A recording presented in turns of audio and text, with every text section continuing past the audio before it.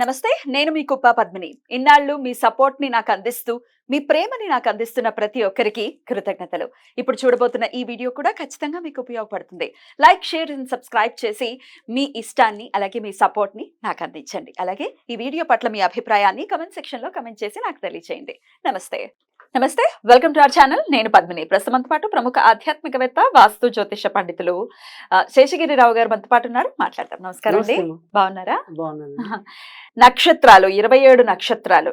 చాలా చాలా ఏ నక్షత్రానికి ఆ నక్షత్రం ఖచ్చితంగా దాని వైశిష్ట్యం ఖచ్చితంగా సంతరించుకొని ఉంటుంది.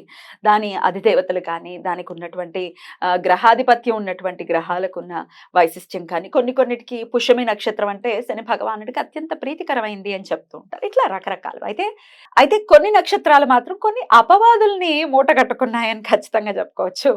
అందులో ఒకటి ఆశ్లేష నక్షత్రం అత్తగారికి గండం అని, మఖా నక్షత్రం మావగారికి మంచిది కాదని, ఇట్లా మరి ప్రాసల కోసం వచ్చిందా, నిజంగానే వాటిలో ఈ చెప్పినటువంటి మాటల్లో ఉండేటటువంటి అర్థం ఏమిటి అనేది ఒక్కసారి మీ ద్వారా తెలుసుకోవాలనుకుంటున్నాను. రెండు నక్షత్రాలకు సంబంధించి. తప్పకుండా. చాలా మంచి ప్రశ్న వేశారండి. ఎందుకంటే ఈ రోజుల్లో మనం చైతన్యం బాగా కలిగించవలసింది ప్రధానంగా ఈ విషయంలో.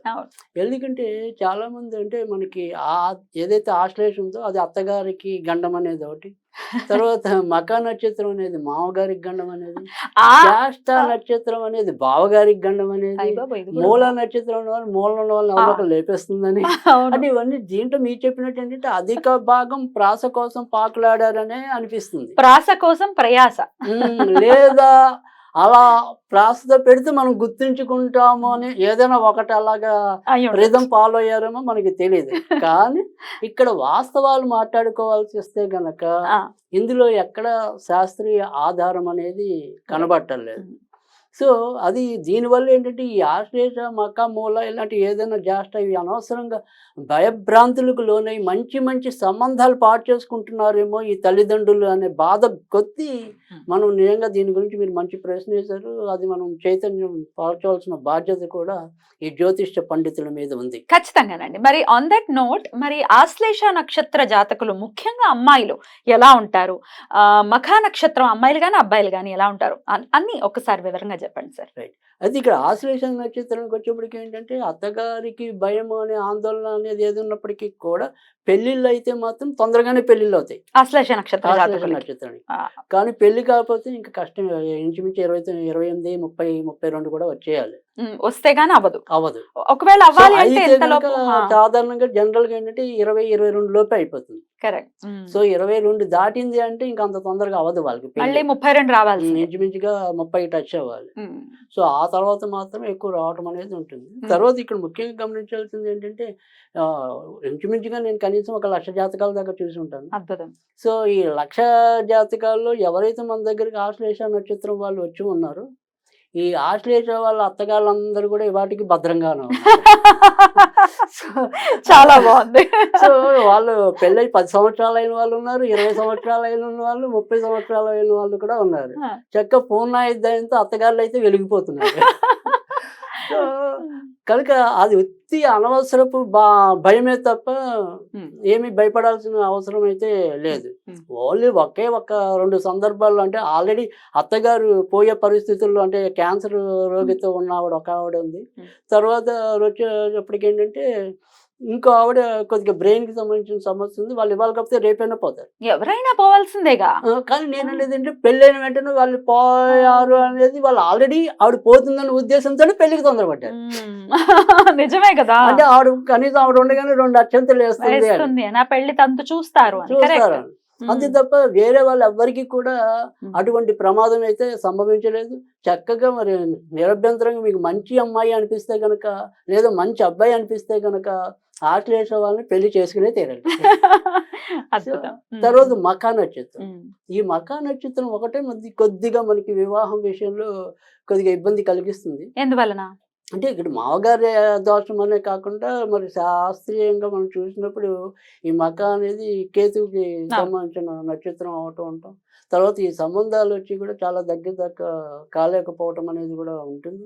అనేక మంది పెళ్ళిళ్ళు కాకుండా చాలామంది అలా కన్యలుగా ఉండిపోయిన వాళ్ళు కానీ, అలా లేదా బ్రహ్మచారులుగా ఉండిపోయిన వాళ్ళు కానీ ఎక్కువ ఈ మఖ నక్షత్రంలో జన్మించిన వాళ్ళు ఎక్కువ కనపడతారు. కనుక వీళ్ళకి నేను చెప్పేది ఏంటంటే కనుక ఈ మకా నక్షత్రం వాళ్ళకి మామగారు అనేది పక్కన పెడితే ఏదో విధంగా మటుకు ఈ వైవాహిక జీవితం అంత తొందరగా లేకపోవడానికి అవకాశాలు ఎక్కువ కనిపిస్తుంది.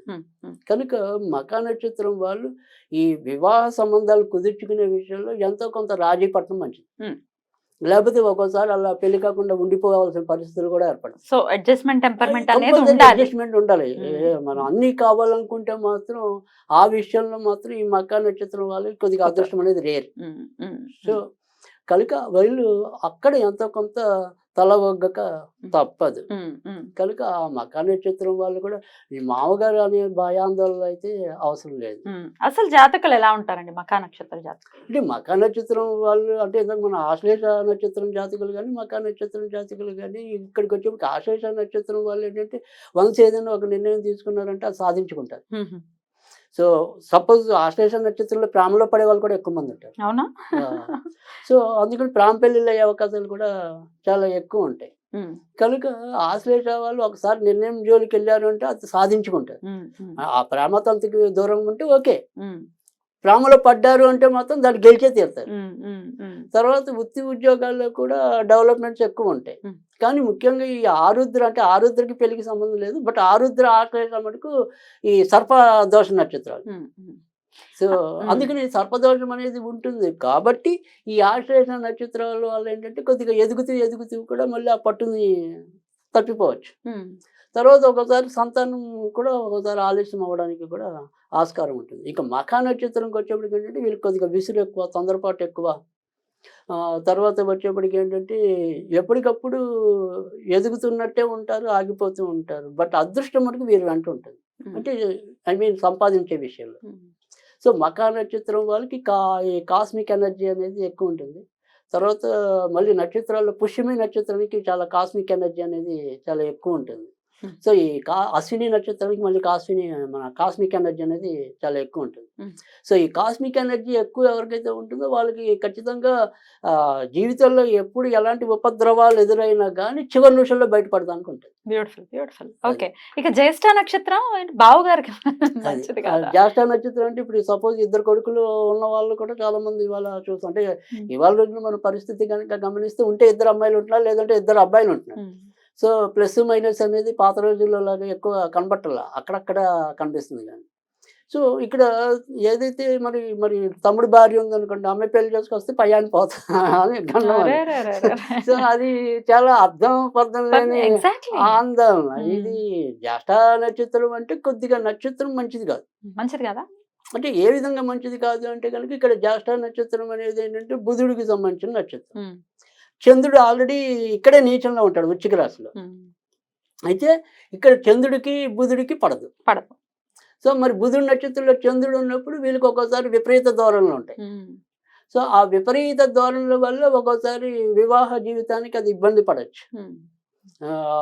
కొన్ని సమాజానికి వ్యతిరేకంగా కూడా కొన్ని అలవాట్లు నేర్చుకోవచ్చు. సో అందుకని ఆ రకంగా వీళ్ళకి ప్రమాదం ఉంటుందేమో తప్ప పెళ్లి చేసుకుంటే ఆడమ్మాయికి బావగారు పోతారని కానీ అలాంటి భయాందోళనలు అయితే ఏమీ అవసరం లేదు. ఇంకా మూలా నక్షత్రం మూలనున్న వాళ్ళని తీసుకెళ్ళిపోతుందనో మూల ముంచుతుందనో ఇట్లా రకరకాలు ఉంటాయి. సో అక్కడ కూడా మళ్ళీ కాస్త మళ్ళీ మామగారికి, ఆ మూలనున్న వాళ్ళు కూడా మామగారికి ఎక్కువ చెప్పారు. సో అంటే మకారం ఎక్కువ పలుకుతుంది అక్కడ. అదే మకారమే ప్రాస. సో అందుకని ఆ రకంగా కూడా అలాగే చెప్పి ఉంటారనేది చెప్పాలి. కానీ మూలా నక్షత్రం ఏంటంటే కొద్దిగా దైవకి సంబంధించి, ముఖ్యంగా మనకి సరస్వతి దేవికి చాలా ప్రీతికరమైన.